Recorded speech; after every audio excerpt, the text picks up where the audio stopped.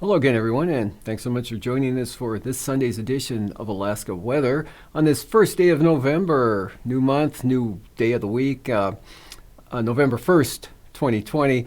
I'm Dave Percy, meteorologist with the National Weather Service. I'll be hosting tonight's show. Up first, big storm rolling up, pressing into the southeast coast, bringing up the wind, and on both ends of the panhandle there, Lynn Canal seeing gusts over 50 miles an hour occurring in Lynn Canal, southern Lynn Canal, out of the north and northeast, and then the southern southeast coast seeing winds mid-afternoon kicking up to, about 50 miles an hour, 40 to 50 miles an hour at Ketchikan, Mary Island, for example. And there is a high wind warning out for the southern southeast coast there, Prince of Wales Island, eastward, the whole area there. For tonight, for winds 40, gusty or sustained winds 25 to 35, gusts above 60 miles an hour. And then the blizzard warning also out tonight for the Klondike Highway, Skagway, and Haines. And in fact, for the case of Skagway, looking for a total of 24 to 33 inches of snow to occur, and 15 to 26 inches for Haines, with winds 45 to 60 miles an hour, now create blowing snow, reducing visibilities to less than a quarter mile, if not whiteout, with those conditions. And temperatures already down in the 20s up toward the Skagway into Haines, and rain just changed to snow in the Juneau area at mid-afternoon. Temperature right around freezing. So definitely getting the cold air in, and then moisture coming up from the south. A lot of rain too with the system. Flood watches out for the entire panhandle that are out of the warning areas, even in the southern southeast coast. Heavy rain last 24 hours.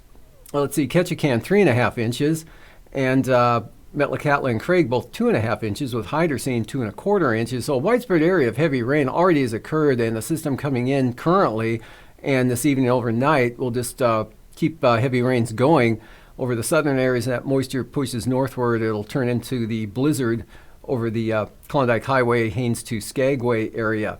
Otherwise, high wind warnings out for the Valdez area, or actually for Thompson Pass, for gusts to 75 miles an hour to the northeast through tonight into early tomorrow morning, 9 a.m. And also high wind warning out for the Matanuska Valley, currently seeing gusts 45 miles an hour in Palmer, as well as Kenai, north winds 45 miles an hour there, peak gusts this afternoon, and even coming up across Anchorage area, West Anchorage, about 30 at the International Airport. And that's out for tonight into early tomorrow morning. And then heading up to the north, that winter storm warning still out for the northeastern Brooks Range. And they're looking for another, 5 to 7 inches of snow additional tonight into tomorrow. And I believe that goes into tomorrow afternoon. Definitely goes through tonight there. And then out in the west, the kind of yellowish or orangish, orange, not yellow. Well, anyway, that's another watch area that's in effect for Tuesday afternoon and Tuesday night. Winter storm watch for those areas, the Yukon Delta and St. Lawrence Island, Bering Strait Coast, Western Seward Peninsula, as well as the northwest coast there. And a system coming in will spread a fair amount of snow in, and also an increase in the winds. Right now, just a watch, could turn into a warning, but this far out, could go either way. And from there, that about covers all the watches and warnings we've got out. No advisories listed anywhere. Pretty quiet out over the Bering Sea and the Aleutians, and probably will stay that way for the next couple of days. Satellite showing that storm pushing northeastward there toward the central coast, and the winds increasing at the present time will continue increasing. Again, the high wind warnings will be out for the southern areas, and the blizzard warning in the north, and everywhere else is under a flood watch for the heavy rains that'll continue and continue to increase. So some good solid heavy rain tonight as that pulls in, and there'll be, of course, snow in the colder air up to the north. But back to the west, increasing winds out of the north there across the North Gulf Coast, Copper River Delta, looking pretty gusty. And again, Thompson Pass with a high wind warning out. Probably see gusts over 50 miles an hour into the Valdez area as well. And so pretty windy night coming up for south central Alaska, North Gulf Coast areas. Less wind up over the interior.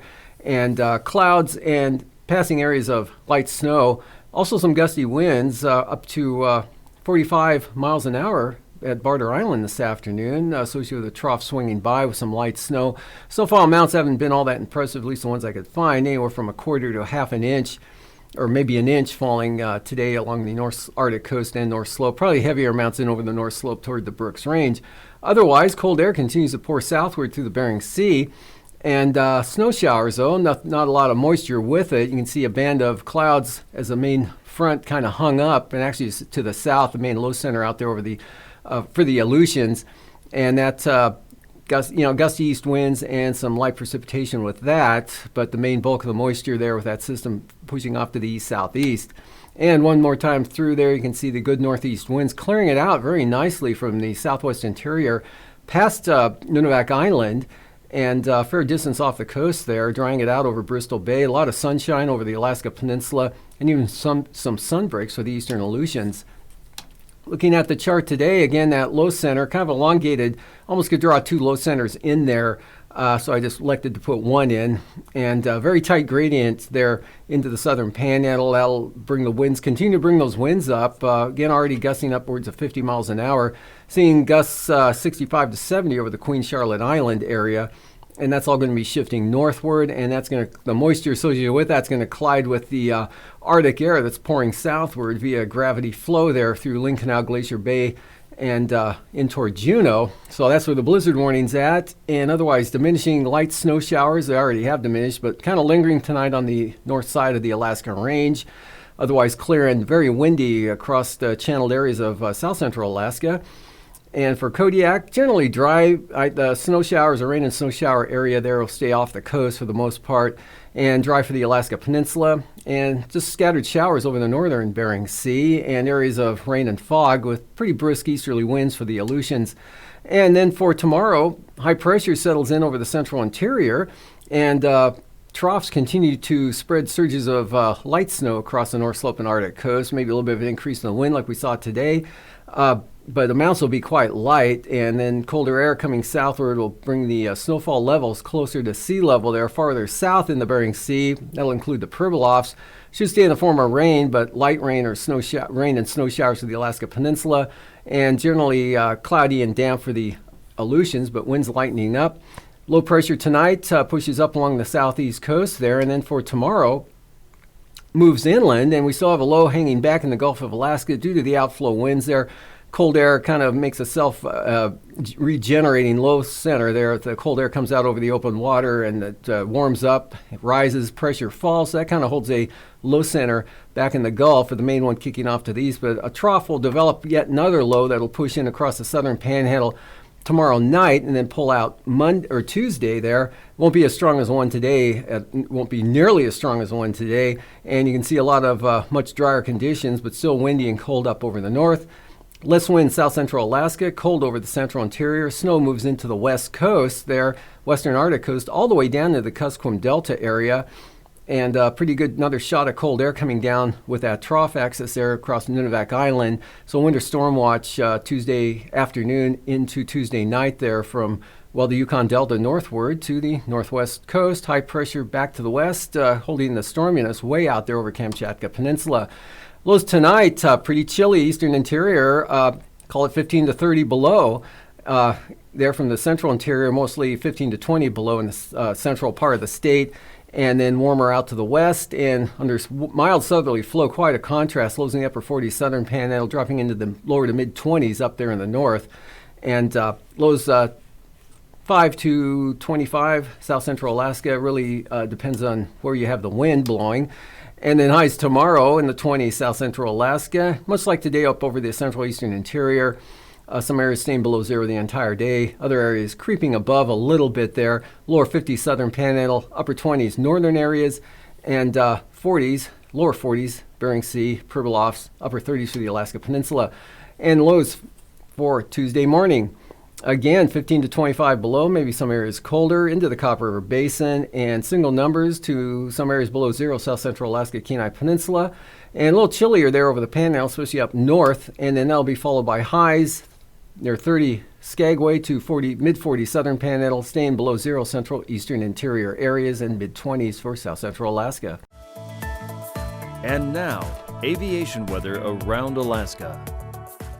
Moving on to flying weather, we've got VFR, southern Bering Sea, including the Peribilophs, all of the Aleutians, Alaska Peninsula, Bristol Bay, Kodiak Island, across southern Alaska, areas south and east of the Alaska Range, VFR until you get to Yakutat, marginal VFR, then solid IFR for the southeast coast to start the day Monday morning. Some marginal VFR, Kuskokwim Valley up into the central interior, north side of the eastern Alaska Range.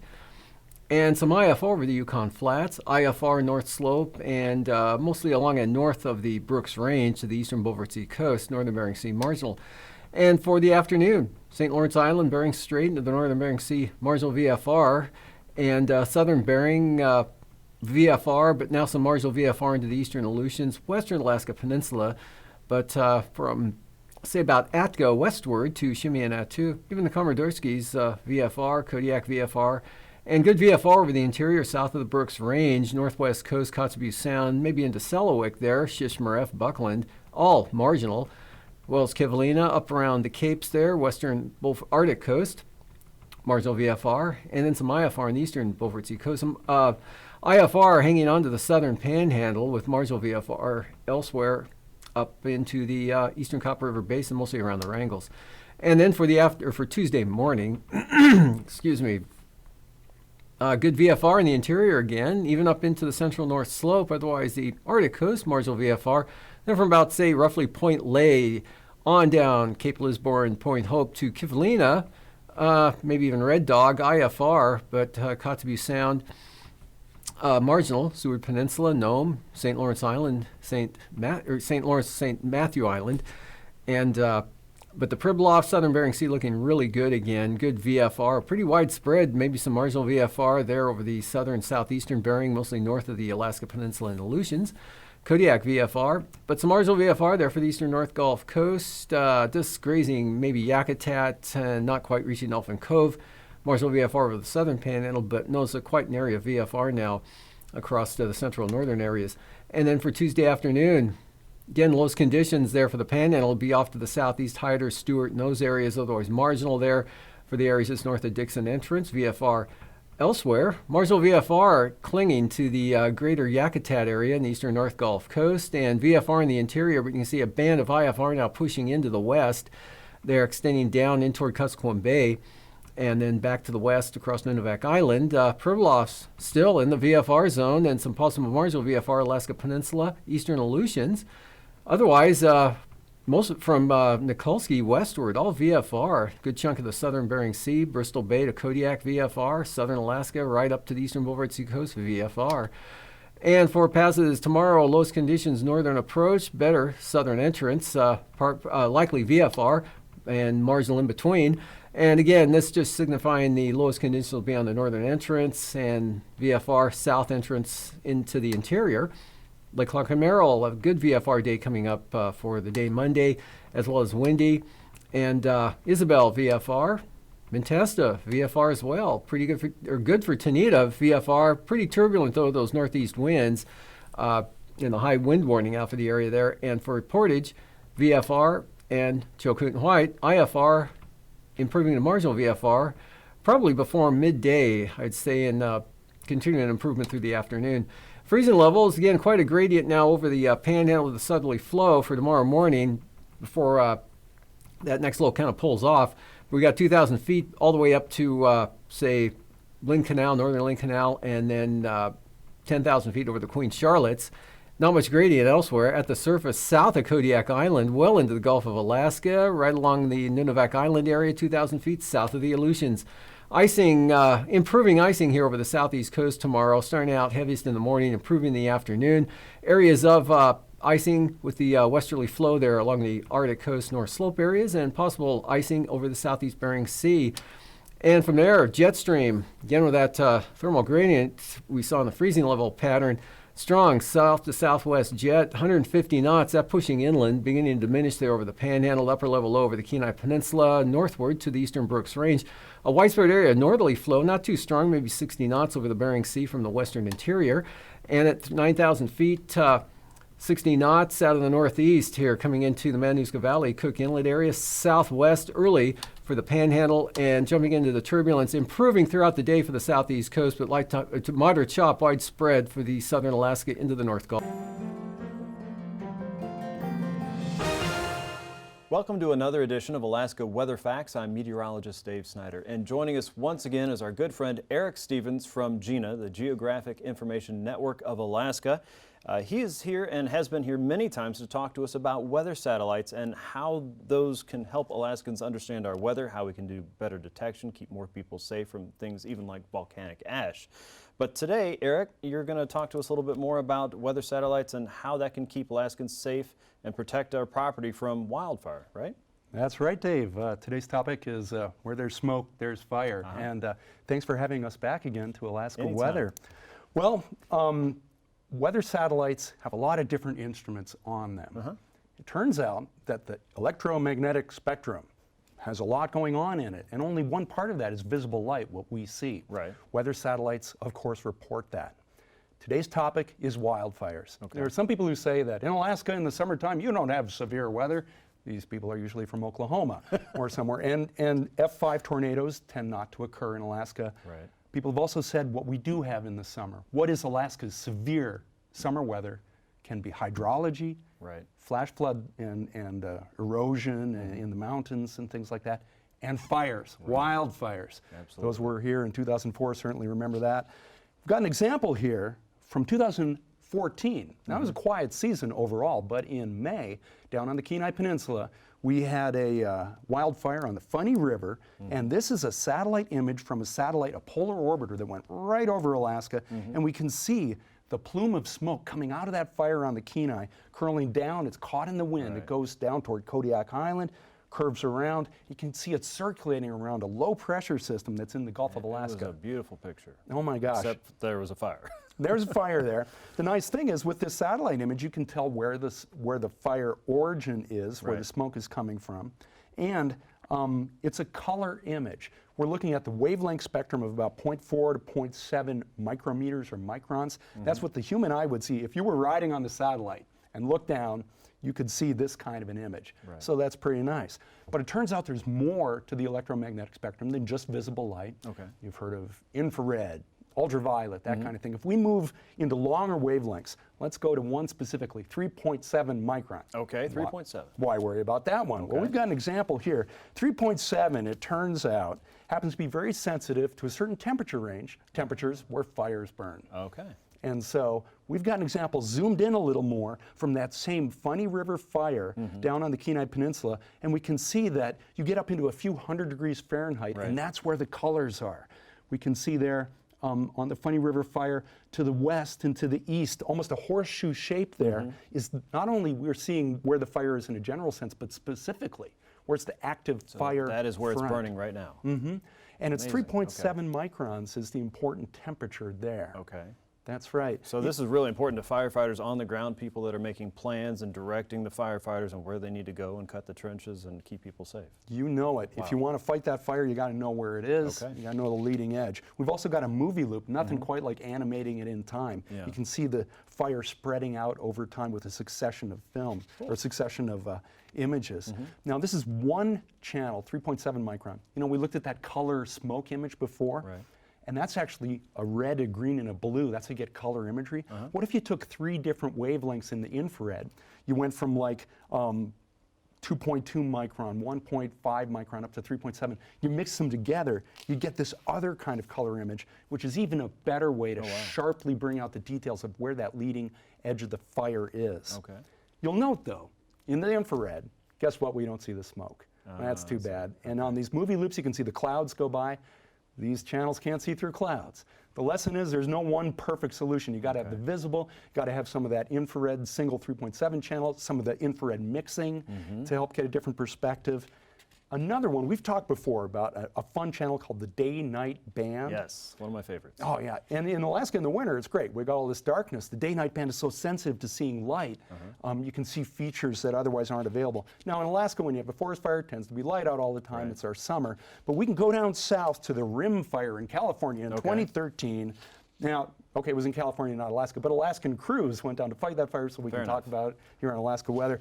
Here we have a 3.7 micron channel shot of the rim fire, again kind of a horseshoe shape showing that active fire front down there, and then we'll look again to the day-night band, the visible light, and then you can see how the fire is all bright. You can see the active fire front and actually the city lights over there too. Turns out that the cities, while they're active in a social sense, are not really hot in a fire sense. So they don't show up in the 3.7 micron. They're not hot like a fire is, but the fire in the cities look the same from a visible light perspective. And a fun thing here too is that we can see the smoke plume going north from the rim fire on the day-night band. So if we were ever to have, like in 2004 in Alaska, you get dark at night, we still had an active fire season that year. Right, That was, you know, that really bad year. The day-night band didn't exist then, but if we had fires now in August, we could use it then. The lesson here is weather satellites, they offer many different wavelengths of light. Some are used for different purposes, and some of these that we just looked at tonight are especially helpful here in Alaska to find and to track the behavior of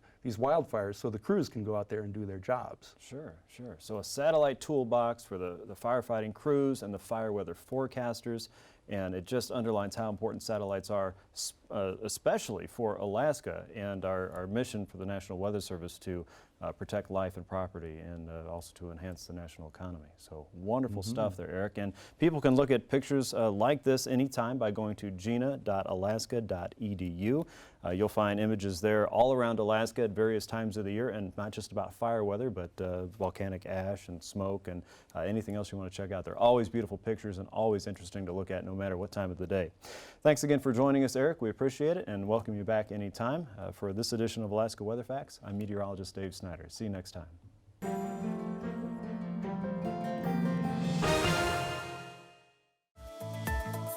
And now, marine weather around Alaska. Welcome back. Today's sea ice analysis. Not much different from yesterday, although westerly winds probably etching that thin area there north of the central Arctic coast, maybe a little farther to the east, but really not a lot of difference from what was out yesterday. Still have ice there in Norton Bay and a little bit there on the south coast of the Norton Sound area. And so moving on to the coastal water forecasts, winds coming down to west-southwest 35 knots on the south coast of the Panhandle tomorrow with 20 to 25 foot seas, and then gales for Clarence Strait, but all in a diminishing mode or coming down, but still 35 knots from the south, gusts 40 knots, and Stevens Passage south 25, gusts 40 knots, and for Skagway or Lynn Canal north at 40 or north-northeast 40 knots, seas 8 feet, and small craft advisories on the north coast. Outlook for Tuesday, much lighter winds here along the coast, west-southwest 15 knots, seas 9 to 11 feet. Stevens Passage north at 20, seas 4 feet, and winds coming down to 30 knots. Still a little brisk there for Lynn Canal, Glacier Bay, but seas at about 6 feet, and east 20 there near Yakutat. Prince William Sound tomorrow, north winds 30 knots, seas 6 feet, and eastern North Gulf Coast, gale force gust of 50 knots, especially out of the Copper River Delta.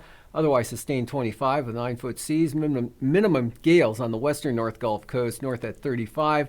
Full gales for Barren Islands, Kamishak Bay from the northwest at 40 knots. Cook Inlet, very windy day tomorrow, especially northern Cook Inlet, sustained 45 knots, 18-foot seas, otherwise 40-knot winds south of the Forelands. Much lighter for Tuesday, just a breeze by comparison, north at 20 for Cook Inlet, 6 to 8-foot seas, northwest 30 for Kamishak Bay, minimum gales hanging on to the Barren Islands, northwest 35 knots with 8-foot seas, but the North Gulf Coast, north 15 to 20, 6 to 7-foot seas, and Prince William Sound down to 15 knots with 3-foot seas from the north. Kodiak Island, northwest 30 to 40 knots, strongest on the east side of the island, and seas 10 to 12 feet. And gales from Sitkinak to Castle Cape from the north at 35. Small craft advisories, Alaska Peninsula, northerlies 25 to 30 knots. Small crafts for Bristol Bay as well, north winds 25 knots. And for Tuesday, bring the winds back up to gale force there for the Alaska Peninsula, northwest 35 to 40 knots, 12-foot seas. And then you can see 40-knot winds there, well, actually from Cape Sarachev all the way up to Sitkinak. And then 30-knot winds for Kodiak Island, and northwest 40 for Bristol Bay with seas at 11 feet. Fox Islands, Unalaska Island, north-northeast, 25 knots. Otherwise northeast for Unmak Island, same thing, 25 knots, seas 7 to 10 feet. Small craft advisory Central Aleutians out to about Amchitka with, from the northeast, 25 to 30 knots, 9 to 13 foot seas. And Kiska to Shimei and Attu, northeast at 20, seas 10 feet. And then tightening gradient out there, and that's out towards Shimei and Attu late in the day, coming up to 40 knots from the south. Otherwise, Amchitka Island southwest 30 knots. Adak and Atka northwest 20, seas 5 to 7 feet. Small craft advisories for the Fox Islands, Unmak Island northwest 25, Unalaska Island northwest at 30. Southwest coast, south of Nunivak Island, north 25 knots. Good for small craft advisories. North at about 20 for the Pribilofs, 15 knots St. Matthew Island, and north 20 knots for the Yukon Delta coastline, and St. Lawrence Island northwest at 20. Kick it up to 40 knots out of the northwest there with behind that trough in front as it comes through, turning northwest up to 40 knots St. Lawrence Island, otherwise southwest 35, gales in Norton Sound, and northwest 30 to 35 along the southwest coast. Pribilof, St. Matthew Island, northwest winds 30 knots, 8 to 9 foot seas. Eastern Beaufort Sea coast tomorrow, west-northwest 15 knots and northwest 15 for the central coast. West side 20 knots out of the west from Point Lay to Cape Thompson, and then Cape Thompson to Wales, northwest at 10, seas 3 feet. Big increase in the winds on Tuesday from Wales to Cape Thompson. Full gales, high-end gales, northwest 45 knots, 11 foot seas. Minimum gales from Cape Thompson to Cape Beaufort at 35. Western Central Arctic coast, northwest at 20, and brisk wind advisories for the eastern Beaufort Sea coast, southwest 25. Tonight, high wind warning out for the Palmer, Matanuska Valley, Wasilla, with winds gusting over 60 or 65 miles an hour. High wind warning for Thompson Pass for gusts of 75 miles an hour tonight. Blizzard warning, Lynn Canal, Skagway, Haines for a bunch of snow and strong winds, near zero visibilities. High wind warning out for the southern Panhandle. Gusts above 60 miles an hour tonight. Heavy rain all across the area there with a flood watch out. And for tomorrow, better conditions. The system moves in and weakens, and even nicer on Tuesday. These forecasts are for planning purposes only. Call 1-800-WX-BRIEF for a formal pre-flight briefing. Always file a flight plan before you go flying. The U.S. Coast Guard Auxiliary urges you to leave a float plan with a friend or the harbor master before you go boating.